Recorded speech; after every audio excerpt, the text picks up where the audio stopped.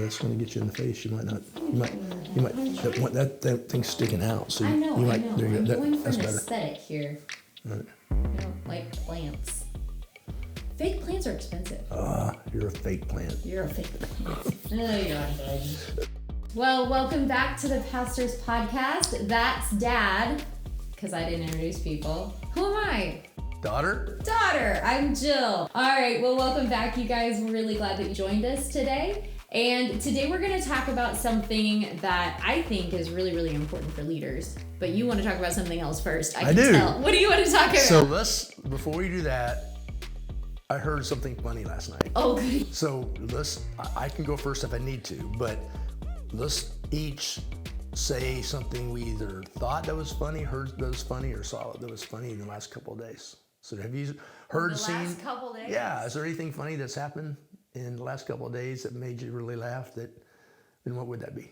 I'm not. Why don't you go first? So I'm watching this show, and it's been on a few different years. It's a fireman show, and so over the years, this guy's nickname is Mouch, Mouch, and they never said why, because his name is like McCullen in the show, and so after he gets done with his shift, he goes and sits on the couch, and so he's a man that sits on the couch. So it's an M-ouch. They call him Mouch, man on the couch.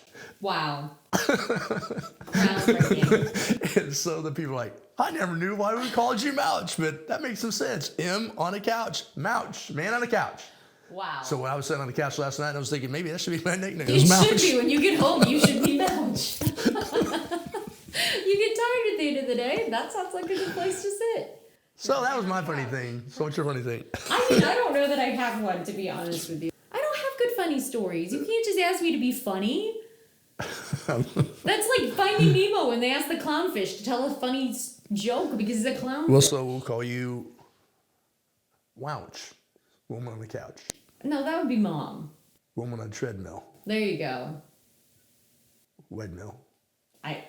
This is getting out of hand. This is not helpful. Okay. Okay. So we're going to talk about... we are going to talk about weaknesses and strengths, and clearly a weakness of mine is thinking of something funny on the spot. I find myself hilarious, so that doesn't really help. So I think everything I do is funny.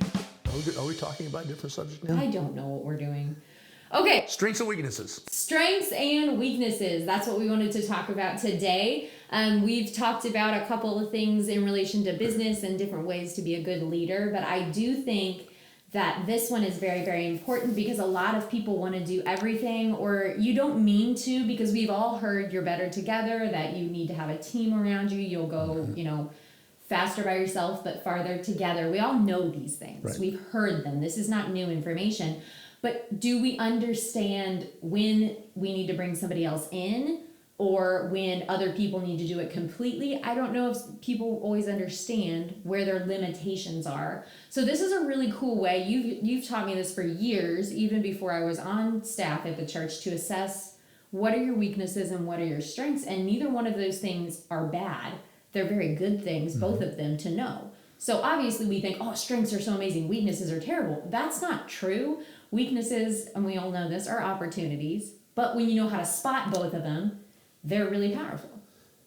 Yeah, so I think you start with defining weaknesses. Absolutely, probably. Yeah. What's the definition of weakness? And for me, that is one of two things. Either you don't know how to do something, or you don't have time to do something. Yeah.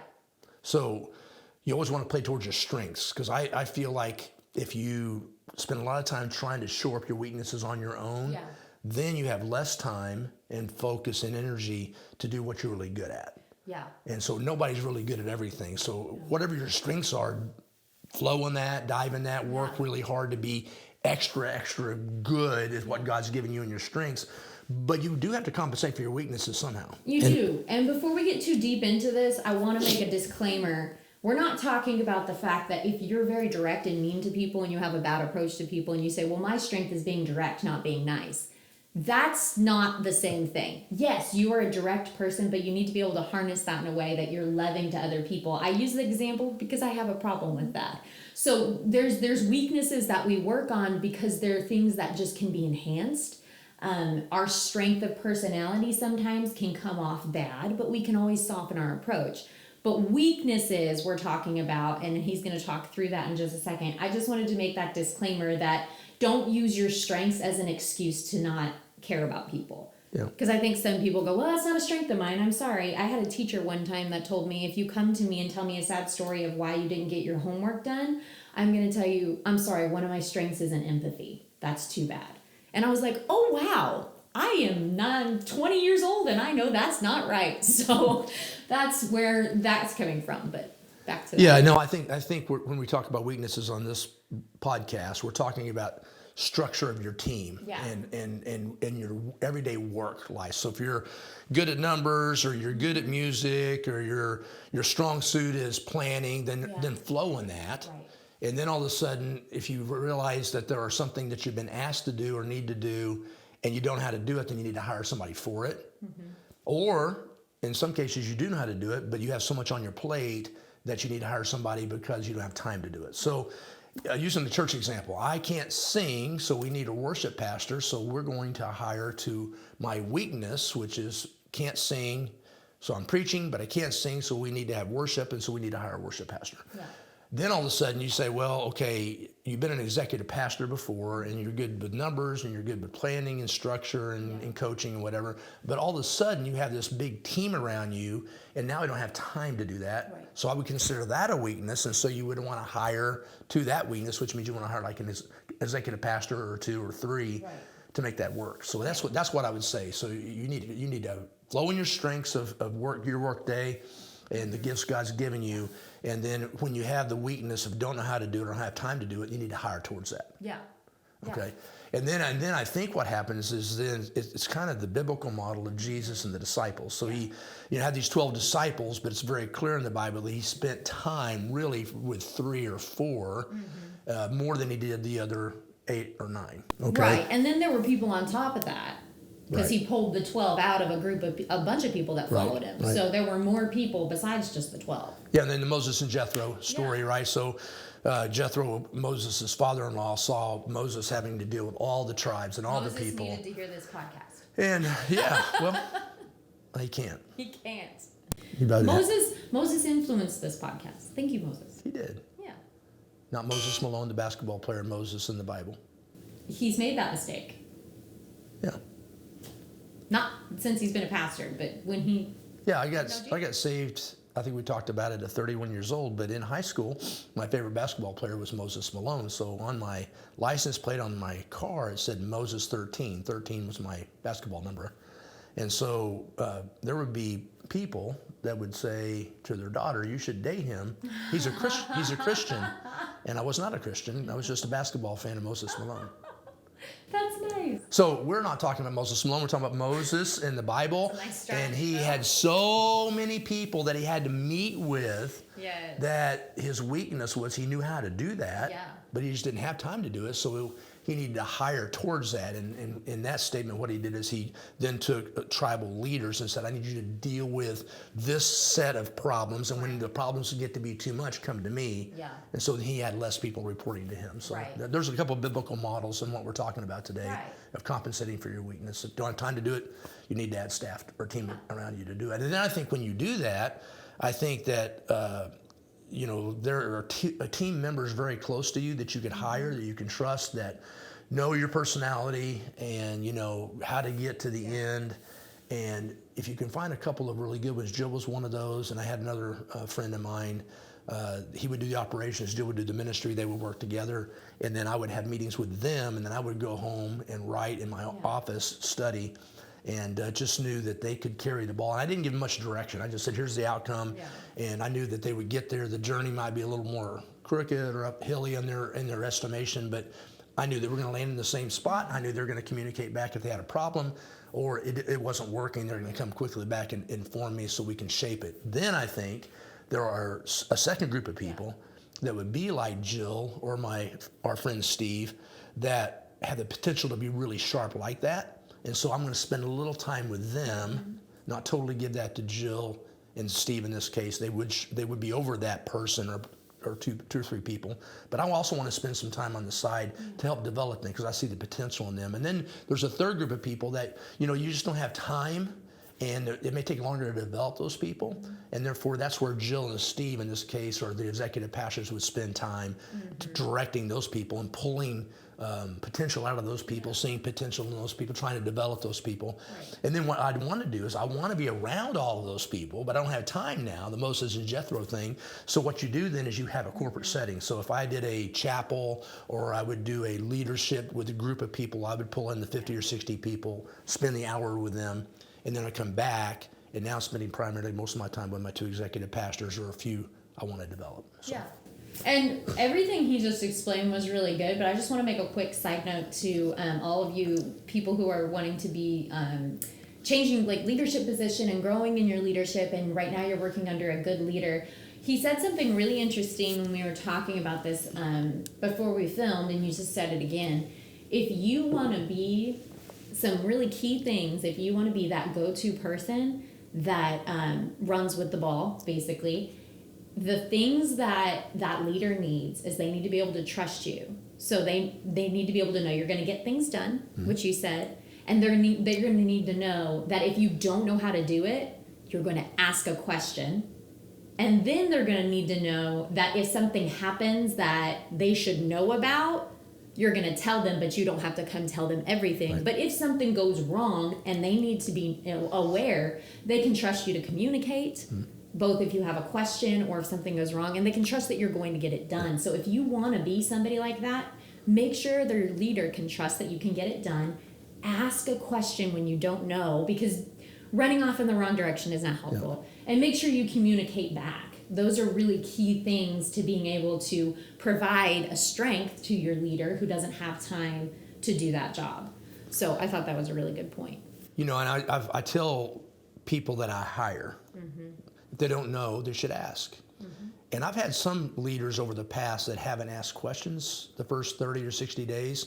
And I'll go back to them and go, how's it going? And hey, it's going great.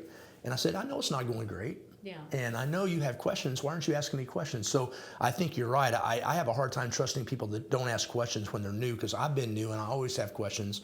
And I think it's said, but it's very true. Leaders ask questions because they're not questioning authority. No. What they're doing is they're questioning the lay of the land and how to get there, and what this organization is like, and who are you, and how can I help you best.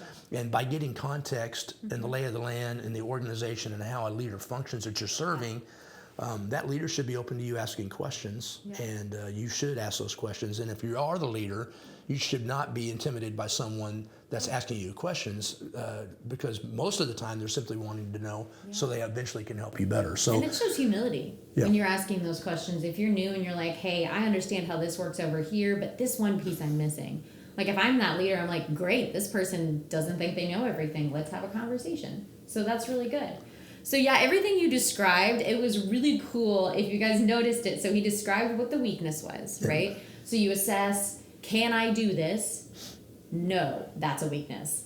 Okay, can I do this, but do I have time? I can do it, but I don't have time. Weakness. So he described those two things, and then he walked through like basically not just a day, but like how an organization functions after the leader has understood what his weaknesses and strengths are. And you have to understand what your role is, right? So your role was not to be the person who went and talked to people necessarily about issues or did all the small things anymore. Your role now had changed into a teacher, a leader, a shepherd. So you had to have time for people, and you had to be able to love people. You had to be able to spend time in God's word. So that took the time away. So he literally described how to shape your entire organization based on your strengths and weaknesses, which is really key. Yeah. It was really cool. I like it. I was like listening to you do it. I'm like, that he literally just told his time what to do. Yep. Because, and that's the thing, your organization shouldn't just be about your leader. However, your leader does need to have the ability to function in their strengths, because that's where they're called to be. Yeah. So if they can structure their week or their organization around kind of what they're good at and bad at, they're going to hire really good leaders around them, and then those good leaders can do the same thing. So now what you're doing is you're creating this culture of empowerment, because you're not trying to do everything yourself. because you're trying to bring other people in and use their strengths that compensate for your weaknesses. So it's not a selfish way to do things. It's really an empowering way to bring people along. Yeah, I think that if you're going to be a good leader, you have to constantly evaluate, protect the culture, protect the mission, protect the vision, but you also have to be intuitive enough and self-aware enough to go, as the organization wants to grow or is growing around you, that there are some things in your personal life and your leadership life that are going to need to change, right? So you're constantly evaluating, should I create more time here? Should I, spend more time here? Should I, and a lot of times I think as a leader, you have to go back and go, what are the things only I can do? Yeah. And I've helped a lot of lead pastors in that, because I think that a lot of lead pastors can be leaders as well as pastors, and then they can get into the weeds and get overwhelmed because the demands are becoming in their life personally and corporately are so big that all of a sudden they're like, well, I vacillate to get in the weeds, and I think I need to be there, but I don't have time to do this, and you wear a person out, right? Right. So so I think that's really good. I think that you have to really evaluate and say, okay, what are the things I can do? Like for me, all I can, I have personal time with the Lord. I'm the husband to my wife. I'm the father to my kids. I'm the grandfather to my granddaughter.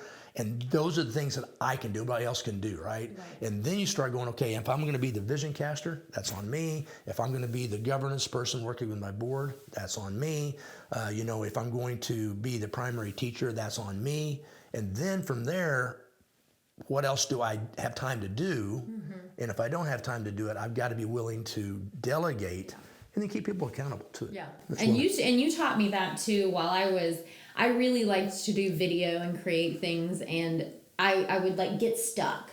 And it didn't happen very long, because what I loved about working for him is he would always catch things early and be like, hey, you need to figure out that this is not working for you. This is not the best use of your time. And it really did help me. So he's like, okay, what you need to do is you need to decide. Basically, a really good way to say, I don't have time to do this, is you take how much do you make if you're salaried, break it down into an hourly rate, tell yourself how much time it's going to take for you to do that, and then take that money away, because now you've lost it doing this when you could be doing other things. Is it worth the time and the money? Because you are literally putting your time that you're getting paid for into this thing. But if somebody else could do it quicker, and it would cost less money to hire somebody, it doesn't look like it's costing less money because you're adding to it, but really you're getting more done. That's when you hire that's literally a hire. And in your personal life, my husband likes to do our yard, and he likes to make it look nice, but he's got a full-time job, and he also plays the drums at church, and he's a great father who likes to play with our daughter. And so sometimes we don't have time for everything. I said, listen, it's worth your time to pay somebody to come and seed our yard twice a year. That's not something you need to spend 4 hours on a weekend doing when you can spend time, practicing or being with our daughter. So it works in your personal life as well. Yeah, I had a limb this last week that was hanging from a tree from an ice storm. And I knew finally the weather broke a little bit, so I was getting ready today actually to go out and chainsaw that down and saw it up and put it in the back of my truck and put it in the backyard. And it was going to take about 3 hours probably. And so all of a sudden somebody knocked on my door and said, see your limb down, you want us to do it for a couple $100. And I'm sitting there and go, I don't want to spend $200, but I also know my time's worth $100 plus an hour. I mean, there are attorneys out there that charge $1,000, of course, an hour. Yeah.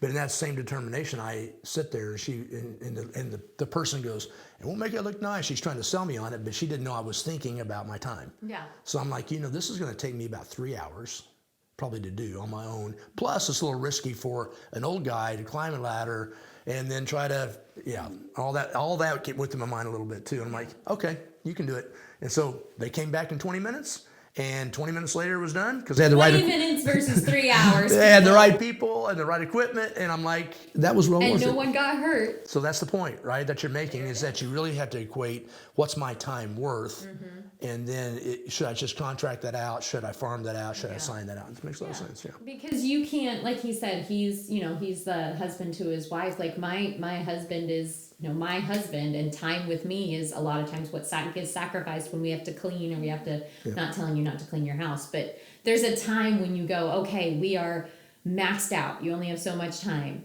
And so either something needs to give, or we need to hire somebody to do something because we can't cut each other out of our lives.